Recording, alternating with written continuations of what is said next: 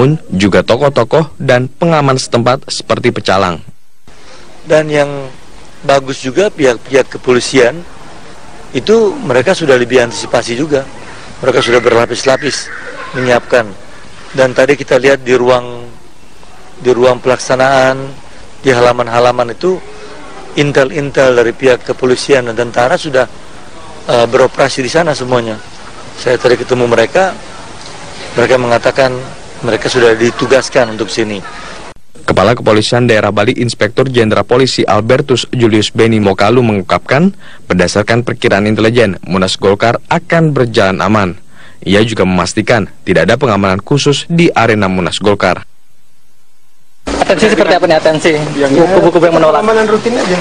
Berapa ukurannya sudah disediakan untuk pengamanan rutin seperti biasa. Seperti biasa aja berarti. Tidak ada pengamanan khusus berarti tidak. Tidak ada pengamanan khusus. Tidak ada. Pengamanan rutin aja. Pengamanan rutin. Ya, makasih ya.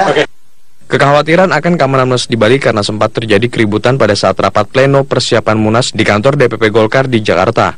Keributan terjadi karena terdapat perbedaan antar dua kubu di internal Golkar mengenai waktu pelaksanaan Munas. Tim Liputan, Metro TV. Menurut Yoris, kehadiran anggota MPG di Munas yang digelar kubu Abu Rizal Bakri itu bukan untuk membuat kerusuhan, tapi hanya memantau jalannya Munas. Yoris juga memastikan dirinya akan berangkat ke Bali untuk memantau. Ia menyatakan tidak akan ada benturan fisik seperti yang terjadi di kantor DPP Golkar Selasa lalu.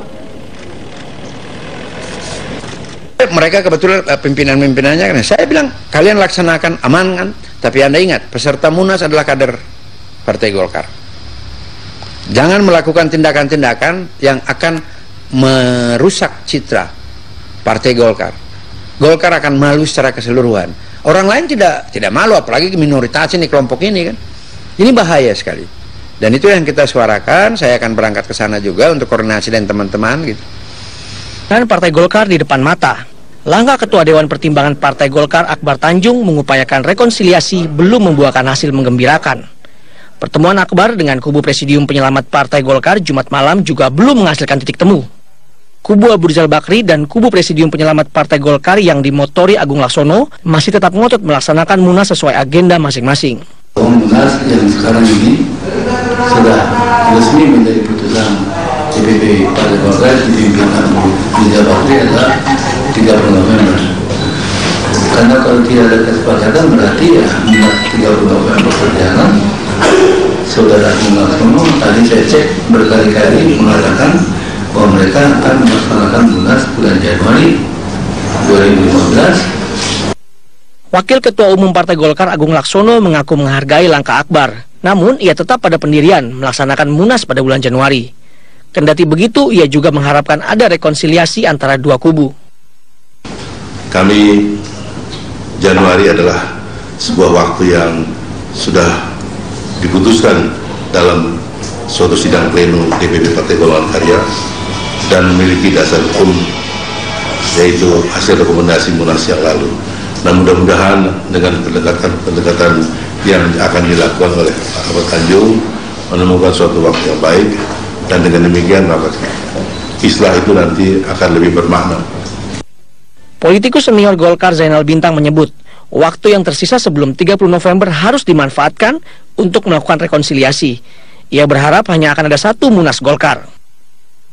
Menyatukan pandangannya ditujukan kepada kebesaran Golkar ke depan.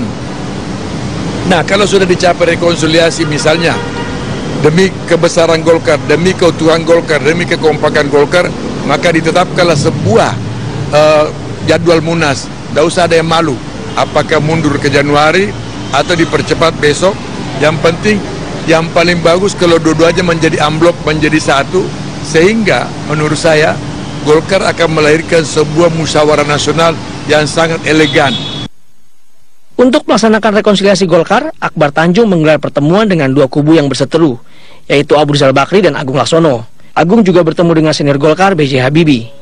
Tim Liputan, Metro TV. Baca di media kan dia presidium, ya. Kalau presidium ngapain hadir? Dikirimkan undangan. Ah, itu keliru itu. Kalau ada yang kirimkan undangan itu keliru itu. Oh, jadi nggak dikirim undangan? Enggak. Nggak diundang. Saya begitu steering komite nggak tahu itu kalau diundang.